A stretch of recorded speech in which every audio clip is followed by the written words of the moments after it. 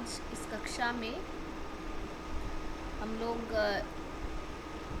Logistic regression के बारे में पढ़ेंगे। यहाँ मैं लिख रही हूँ लॉजिस्टिक रिग्रेशन। ठीक है, ये दिख रहा है आपको? Yes madam. अब ये जो लॉजिस्टिक रिग्रेशन है, इसे समझने से पहले हमने जो रिग्रेशन पढ़ा है या फिर कॉन्सेप्ट ऑफ रिग्रेशन, प्रतिगमन हमने बोला था उसे, तो उस प्रतिगमन के बारे में हम लोग थोड़ा सा एक रिवाइज कर लेंगे ताकि लॉजिस्टिक रिग्रेशन समझने में आसानी हो। तो सबसे पहला जो पॉइंट था हमारा कि रिग्रेशन क्या है, ठीक है ना। ये रिग्रेशन जो है ये हम बोल सकते हैं कि यहाँ पर जो भी आपके कंटिन्यूस वेरिएबल हैं, ठीक है, सतत कंटिन्यूस वेरिएबल या फिर कंटिन्यूस डेटा है, उस डेटा को हमें अगर मॉडल करना है, ठीक है ना, हमें मॉडल करना है या फिर हमें इसे फंक्शन के रूप में ढालना है या फिर हमें एक हाइपोथेसिस बनानी है, ठीक है, परिकल्पना। तो इस मॉडल को बनाने के लिए कंटिन्यूस वेरिएबल्स जिसमें आते हैं, ऐसे मॉडल्स को बनाने के लिए हमने ये रिग्रेशन तकनीक का इस्तेमाल किया है। तो हमने रिग्रेशन के बारे में एक महत्वपूर्ण बिंदु ये पढ़ा था कि मशीन लर्निंग का ये बहुत ही अच्छा एल्गोरिदम है। अब ये मशीन लर्निंग का एल्गोरिदम है, पर क्या रिग्रेशन के जितने भी जैसे प्रकार है, उन सारे प्रकारों में हमने सबसे पहला वाला जो पढ़ा था वो था सिंपल एक लीनियर रिग्रेशन, ठीक है। तो लीनियर रिग्रेशन के बारे में हमने क्या पढ़ा था कि अगर आपका कोई भी कंटिन्यूस वेरिएबल है, वो कंटिन्यूस वेरिएबल अगर मान लीजिए कि आपके जो टारगेट वेरिएबल है या फिर आपके जो प्रेडिक्टर्स है, उन दोनों वेरिएबल्स के आधार पर अगर हम लोग कुछ प्रेडिक्शंस करना चाहते हैं तो हम इसे लीनियर रिग्रेशन बोलते हैं। तो यहाँ पर देखिए हमने ये कॉन्सेप्ट पढ़ा था डिपेंडेंट वेरिएबल का और इंडिपेंडेंट, आपने कहा था आश्रित और अनाश्रित, ठीक है। हाँ, तो इंडिपेंडेंट वेरिएबल और डिपेंडेंट वेरिएबल का कॉन्सेप्ट हमने पढ़ा था। तो हम ये बोल सकते हैं कि आपका जो टारगेट वेरिएबल है उसे हम लोग डिपेंडेंट वेरिएबल बोलेंगे। तो यहाँ पर मैं बोल सकती हूँ ये टारगेट वेरिएबल हम इस एक्सिस पर दिखाएंगे, मान लो ये वाई एक्सिस है और ये एक्स एक्सिस पर हम लोग जो है आपका इंडिपेंडेंट वेरिएबल या फिर प्रेडिक्टर वेरिएबल दिखाएंगे। आपने उस दिन क्या कहा था, प्रेडिक्टर वेरिएबल को सोर्स वेरिएबल भी कहा था, ठीक है। हम सोर्स वेरिएबल बोला था। यस, सोर्स वेरिएबल कहा था। तो अब उस हिसाब से अगर हम देखेंगे कि ये जो लॉजिस्टिक रिग्रेशन है आपका, लॉजिस्टिक रिग्रेशन हमें किस प्रकार से काम देता है। तो अब देखिए ये जो लीनियर रिग्रेशन है, ये लीनियर रिग्रेशन के बारे में अगर मैं आपको बोलूँगी तो आप यहाँ देख सकते हैं कि आपका जो ग्राफ है वो पूरा लीनियर है, दिख रहा है आपको, ये लीनियर है। यहाँ पर ऐसे प्रॉब्लम्स को या फिर ऐसे मॉडल्स को हम लोग इम्प्लीमेंट कर सकते हैं, ऐसे मॉडल्स को, ऐसे प्रणाली को विकसित कर सकते हैं कि जो आपके प्रेडिक्टर वेरिएबल के साथ साथ लाइन के हिसाब से बढ़े, मतलब स्ट्रेट लाइन के हिसाब से उसका जो है वो प्रतिगमन हो, रिग्रेशन हो। तो अब यहाँ पर जब बात आती है कि लॉजिस्टिक रिग्रेशन है क्या, जैसे लीनियर रिग्रेशन में हमने ये दो वेरिएबल्स तो देखे हैं, तो लॉजिस्टिक रिग्रेशन देखिए क्या है।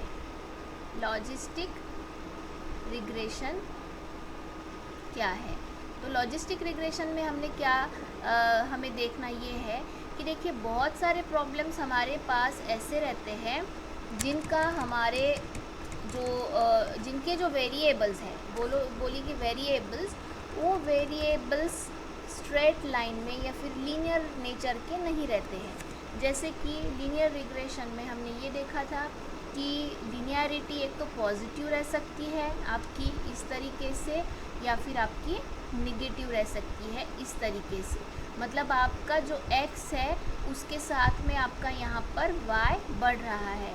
पर यहाँ आपका जो x की वैल्यू है उसके साथ में y की वैल्यू जो है वो घट रही है, x बढ़ रहा है और तो y की वैल्यू यहाँ पर घट रही है। घट रही है। तो Yes. ये जो पॉजिटिव और निगेटिव, ठीक है, पॉजिटिव और निगेटिव हमने देखा था, उसके नेचर, उसके टाइप्स, पॉजिटिव लीनियर रिग्रेशन और निगेटिव लीनियर रिग्रेशन।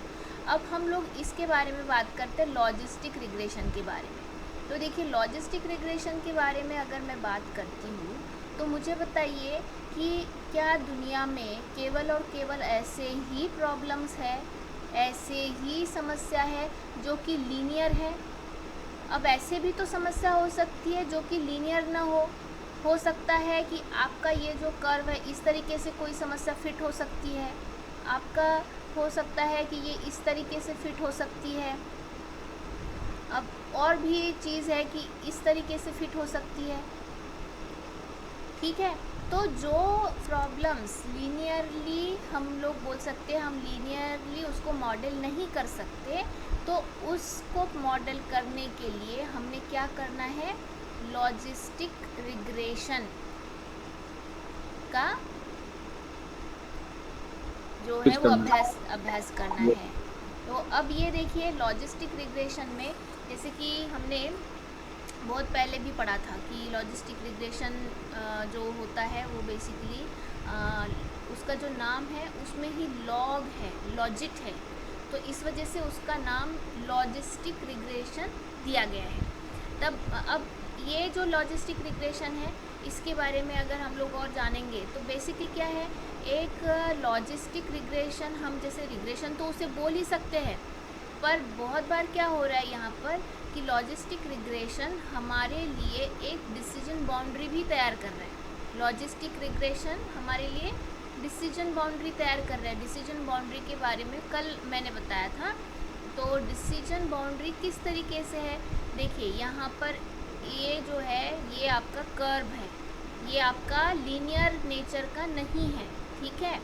तो अब यहाँ ऐसे कुछ सैम्पल्स है और यहाँ पर ऐसे कुछ सैम्पल्स हैं।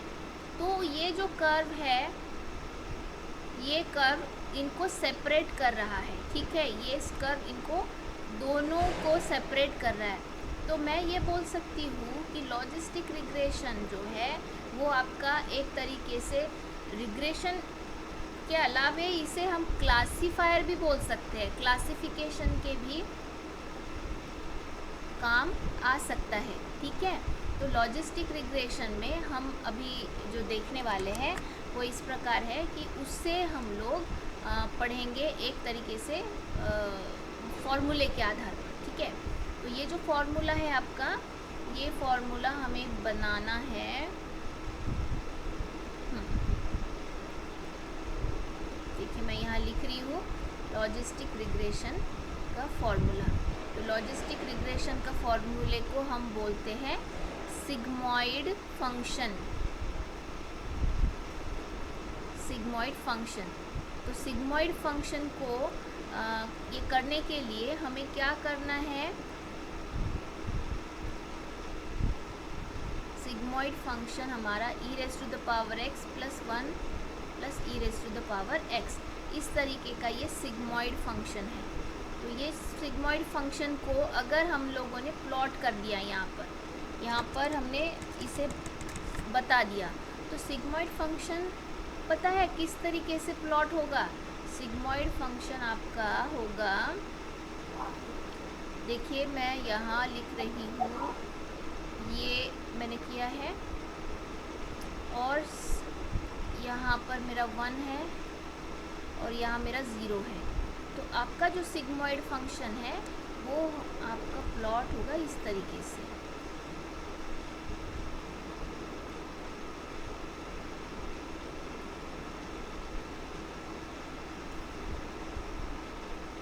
ठीक है। ये आपका सिग्मॉइड फंक्शन है और ये जो है ये आपका x एक्सिस है और ये आपका y एक्सिस है। तो आपने अभिषेक कहा था कि इसमें थ्रेशोल्ड वैल्यू भी काम में आती है, ठीक है। तो ये आपको याद होगा, आपने बोला था थ्रेशोल्ड वैल्यू, तो ये है आपकी थ्रेशोल्ड वैल्यू। और आपका ये जो कर्व है इसका शेप आपका आता है एस के तरीके का। देखो ये एस है, दिख रहा है आपको, ये एस के तरीके का शेप है।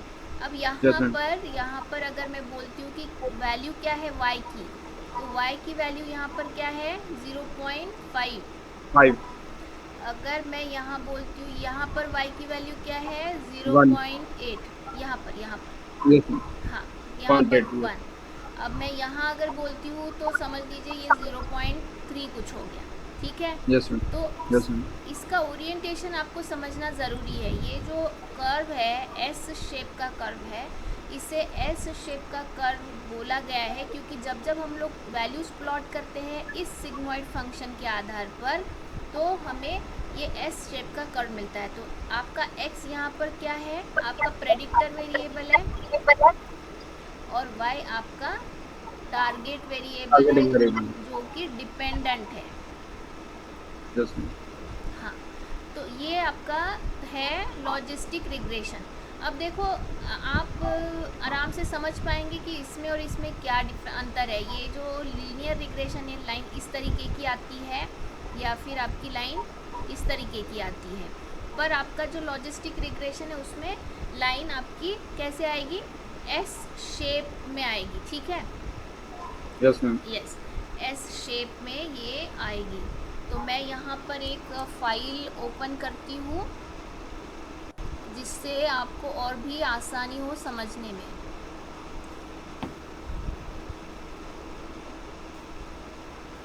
ये मॉडल पे अपलोड किया था ना आपने? हाँ, ये मॉडल पे मैंने जानबूझकर, क्योंकि क्या है फिर आप समझ पाएंगे इस चीज़ को ना। Yes ma'am. हाँ, तो ये देखो, ये हमने कल डिस्कस किया था क्लासिफिकेशन और रिग्रेशन। उसमें जो अंतर है उसके बारे में भी हमने देखा था, ये सारा डिफरेंस है। तो अब हम जो कि लॉजिस्टिक रिग्रेशन के बारे में पढ़ रहे हैं तो उसी के बारे में हम कंटिन्यू करते हैं। तो देखो लॉजिस्टिक रिग्रेशन जो है, हम जैसे मैंने कहा यहाँ पर कि ये आपका प्रॉब्लम कौन से सॉल्व करता है, क्लासिफिकेशन के प्रॉब्लम। Classifier, yes ma'am. मैंने अभी बताया था आपको कि क्लासिफायर है ये। अब एक और बात ध्यान देने योग्य है, ये जो कर्व है ये मैंने अभी आपको ड्रॉ करके दिखाया था। ये जो थ्रेशोल्ड वैल्यू सेम कर्व मैंने ड्रॉ किया था। तो यहाँ एक बात हमें और जाननी है कि देखो आपकी जो लॉजिस्टिक रिग्रेशन की वैल्यू है या फिर वो सिग्मॉइड फंक्शन की जो वैल्यू है वो आपकी 0 और 1 के बीच में है। अगर आप उसे ऑब्जर्व करेंगे तो देखो ये जो है ये फिर इनफाइनाइट ऐसे ही चलता जा रहा है, और ये भी इसी तरीके से 0 पे ही चलता जा रहा है, ठीक है। उसके आगे नहीं बढ़ रहा है, वो माइनस में नहीं जा रहा है या फिर वो ये 1 के ऊपर नहीं जा रहा है। तो आपकी जो सिग्मॉइड फंक्शन की वैल्यू या फिर लॉजिस्टिक फंक्शन की वैल्यू है, इट लाइज बिटवीन 0 एंड 1। तो ये हमेशा आपने ध्यान रखना है। तो इससे अगर हम लोग आगे में जो आपका विषय है डीप लर्निंग, इसके टर्म्स में पढ़ेंगे तो इस सिग्मॉइड फंक्शन को एक्टिवेशन फंक्शन भी बोला गया है, ठीक है।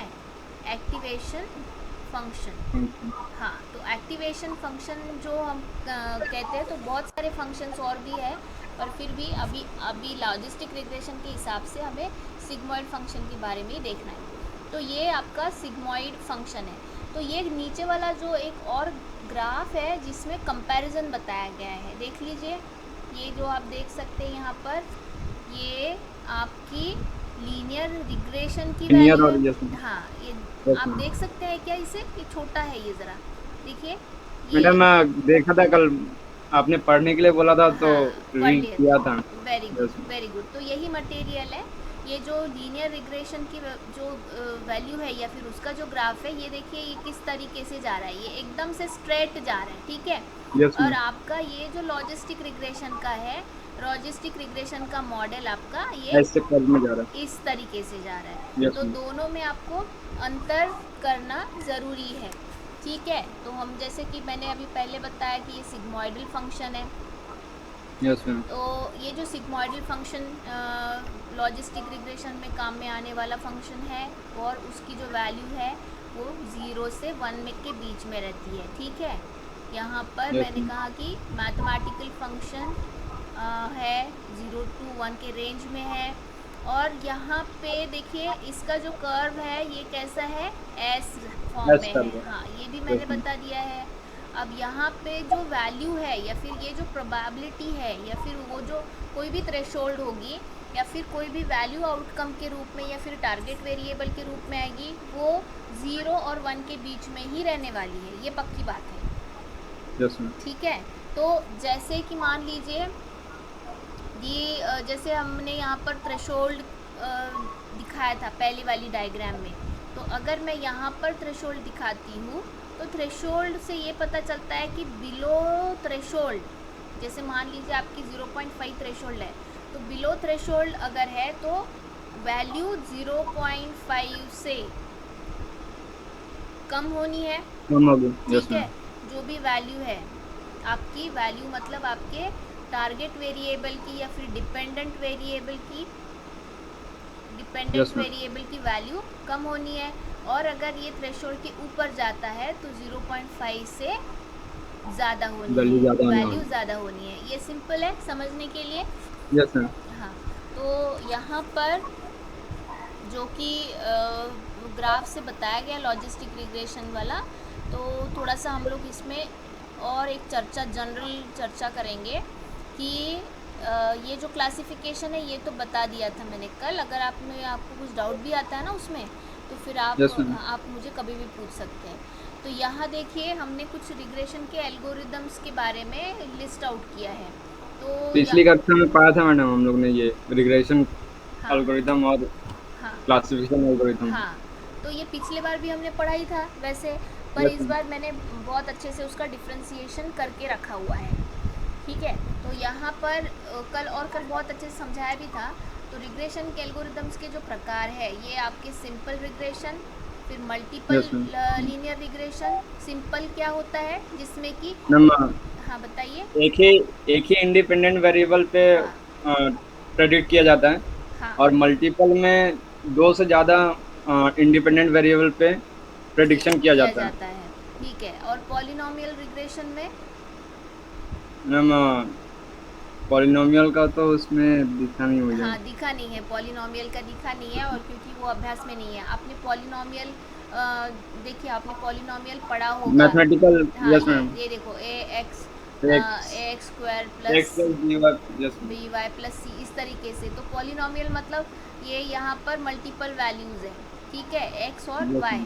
तो ये जो भी रिग्रेशन होता है ना, ये पॉलिनोमियल में फिट होता है, वो इक्वेशन पॉलिनोमियल। अपना सिंपल रिग्रेशन कैसे था कि y is equals to a0 plus a1 A1 x, x हाँ, प्लस प्लस ई इप्सिलॉन, वो एरर टर्म है, epsilon. Residual yes term. Ma'am. हाँ, तो ये इस तरीके का था। पर यहाँ पर आप देख सकते हैं कि यहाँ पे मल्टीपल वैल्यूज़ भी है और उसके जो पावर है वो भी बदल रहे हैं। जैसे यस मैम। x की यहाँ पर 2 है, y की यहाँ डिग्री। पर 1 यस है, मैम। डिग्री है। ठीक है, तो degree of yes ma'am. Polynomial आपने पढ़ा होगा 10वीं कक्षा में, degree of polynomial. Yes ma'am.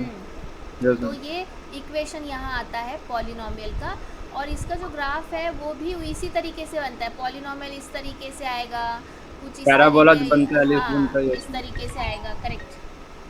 तो यहाँ पर ये जो पॉलिनोमियल है ये हमें पढ़ना नहीं है, केवल रिग्रेशन के प्रकार में वो आता है, ये आपकी जी मैम। जानकारी में होना चाहिए।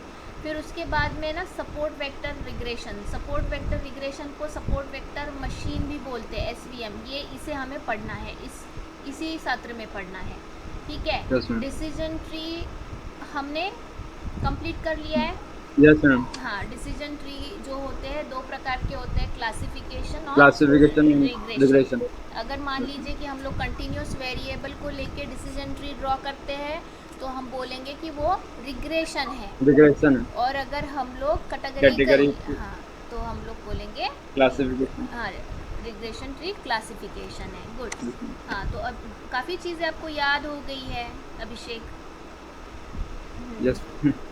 और फिर रैंडम फॉरेस्ट भी हमें देखना है, हम इसे भी देखेंगे। ठीक है, तो ये इसमें से हमने ये सिंपल वाला, ये मल्टीपल वाला, डिसीजन ट्री वाला हमने कवर किया है। तो हम लोग ये ग्रेजुअली इसे भी कवर करेंगे, नॉट एन इशू।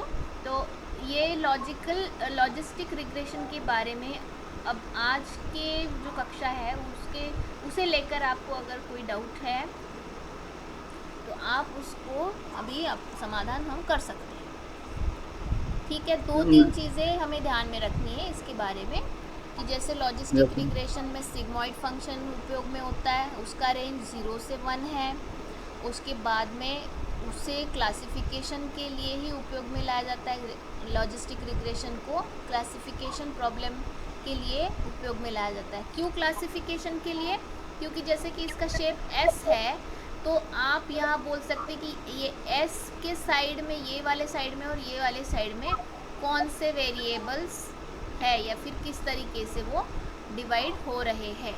ठीक है, तो ये इस तरीके की बाउंड्री बनती है, बहुत फ्लेक्सिबल बाउंड्री बनती है।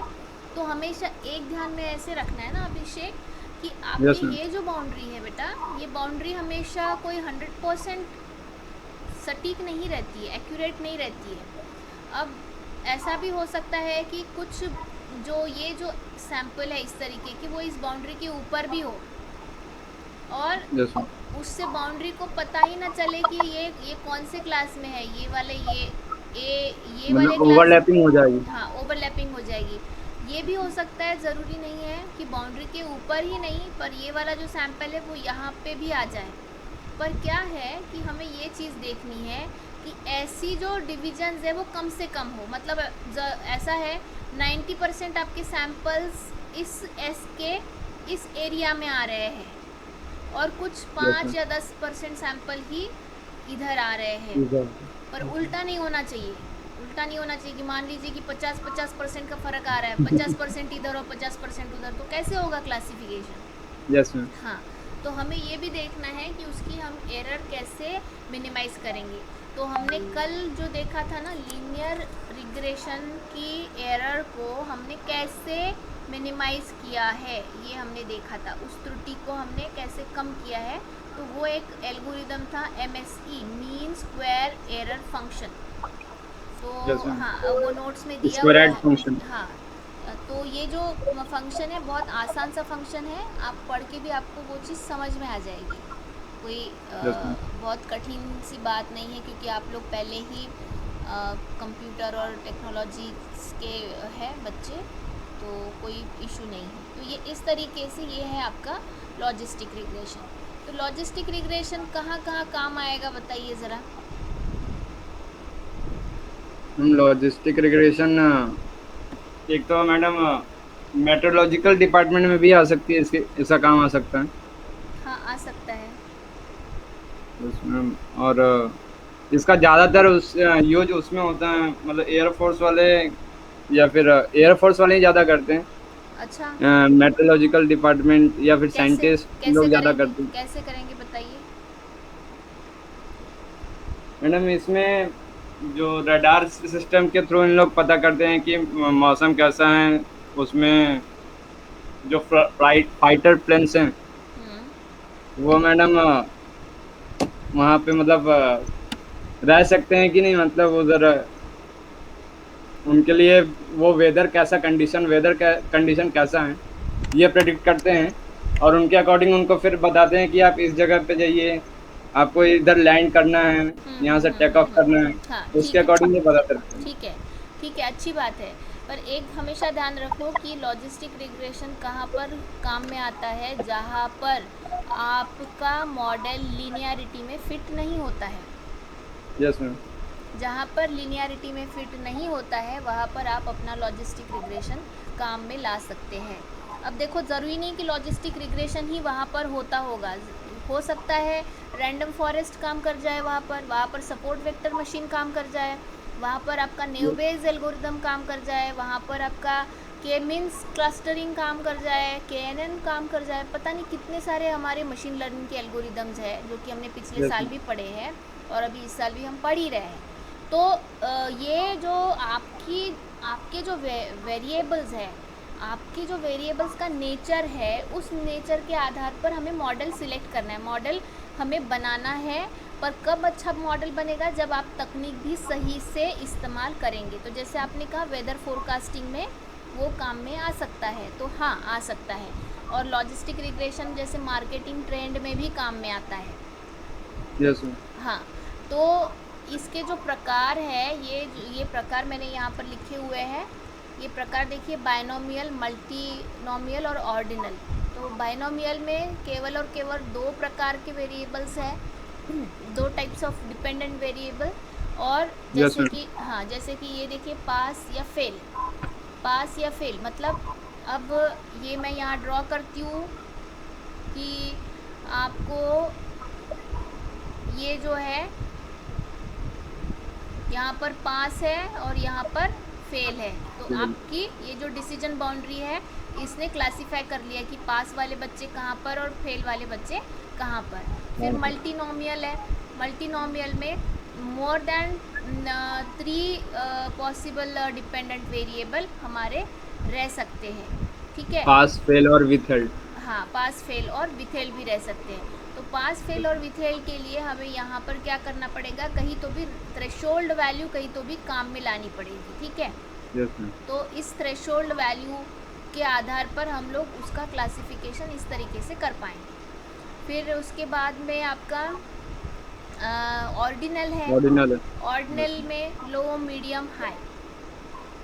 लो, मीडियम, हाई इस तरीके के आपके डिपेंडेंट वेरिएबल बनते हैं। मल्टीनोमियल में जैसे कैट, डॉग्स और शिप यहाँ कहा आपने, और अभी आपने जो कहा विथेल्ड, यस मैम। पास, फेल, ये भी अच्छा एग्जाम्पल, और विथेल्ड। हम तो इसमें एग्जाम रिजल्ट के अनुसार इसमें लिख सकते हैं कि हाई स्कोर, लो स्कोर, मीडियम स्कोर। हाँ हाँ, ले सकते हैं। ये भी मल्टीनोमियल में आएगा, हाई, मीडियम, लो, स्कोर के हिसाब से वो भी आएगा। और ऑर्डिनल में लो, मीडियम और हाई। तो देखो, यहाँ पर जो लॉजिस्टिक रिग्रेशन का मॉडल है, ये बहुत बार सेंटिमेंट एनालिसिस में भी काम आता है।